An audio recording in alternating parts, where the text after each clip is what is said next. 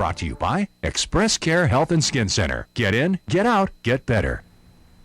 Welcome back to Healthy Living. It's something many suffer from. I'm talking about carpal tunnel syndrome.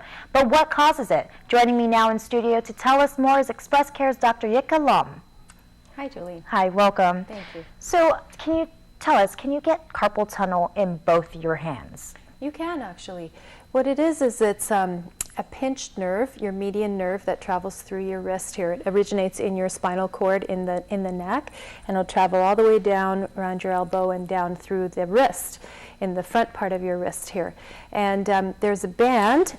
Carpal means wrist in medical speak. There's lots of little bones in here, and there's a little band of tissue, we'll call that fascia or fibrous tissue, sort of like a little tight band that holds all the wrist bones in, and the median nerve travels through that and then into your hand and helps you use your hand. And so for people that are doing repetitive work, typing or gripping or twisting, doing a lot of things with their hands, sometimes those muscles that go through there and the tendons will get inflamed, or if you've had a wrist injury, maybe a broken bone or so on, it'll get, there'll be just too much in there because it can't stretch because of the little carpal band, and the nerve will get pinched. And then people will get numbness and tingling in their fingertips, some pain, and even weakness. And you can get it in both hands. Of course, it's more common in your dominant hand. So if you're right-handed, you'll probably get it more likely in your right hand. Okay. Now, my job, it requires a lot of typing. So are there any exercises or tips that I can use to prevent me or, reduce my chances of getting carpal tunnel? Sure.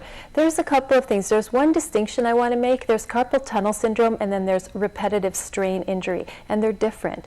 Carpal tunnel is a very specific set of symptoms. Again, the median nerve is being pinched. People will get numbness in the hand, pain, tingling, especially at nighttime.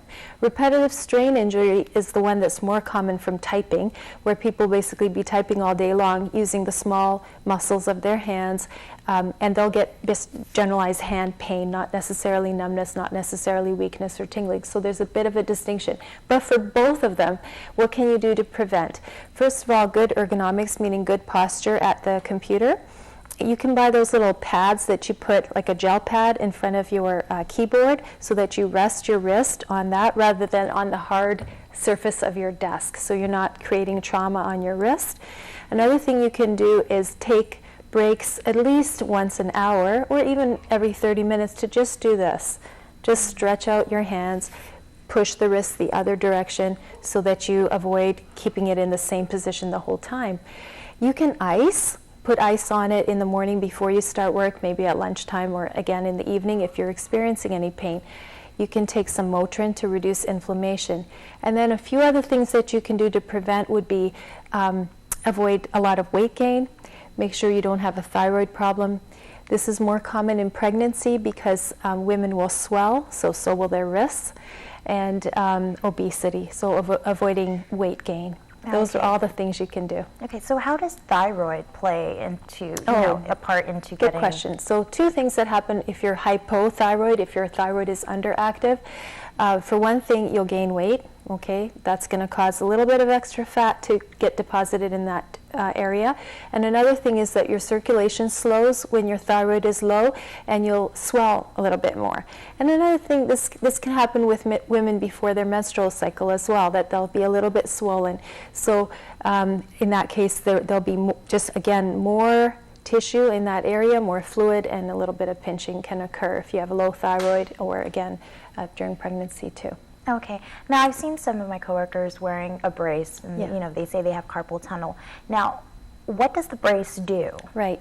The brace helps in a couple of ways. The best time to wear the brace is actually at nighttime. At nighttime when we're sleeping, we're relaxed. We tend to rest like this. Nobody sleeps like this, right? So we're sleeping like this, and what are we doing? We're pinching our wrist here. So what the wrist brace does is it keeps your wrist nice and straight to improve the circulation, so you're not pinching, so there's no swelling occurring, and so that at nighttime you don't wake up with cramps and pain. Now in the daytime, you can wear the wrist brace as well, but it's actually helping you more with the repetitive strain injury than the other. But in the daytime, if you're wearing the wrist, again, it can just help you, first of all, remember there's a problem and not be involved with twisting and pinching, which is the situation that happens with carpal tunnel. So if somebody's using a wrench a lot, or washing windows or something like that, or the typing also, but it's the squeezing and the gripping that tends to cause it more. Okay. Well, thank you so much, Doc, You're for your welcome. expertise. We'll be back to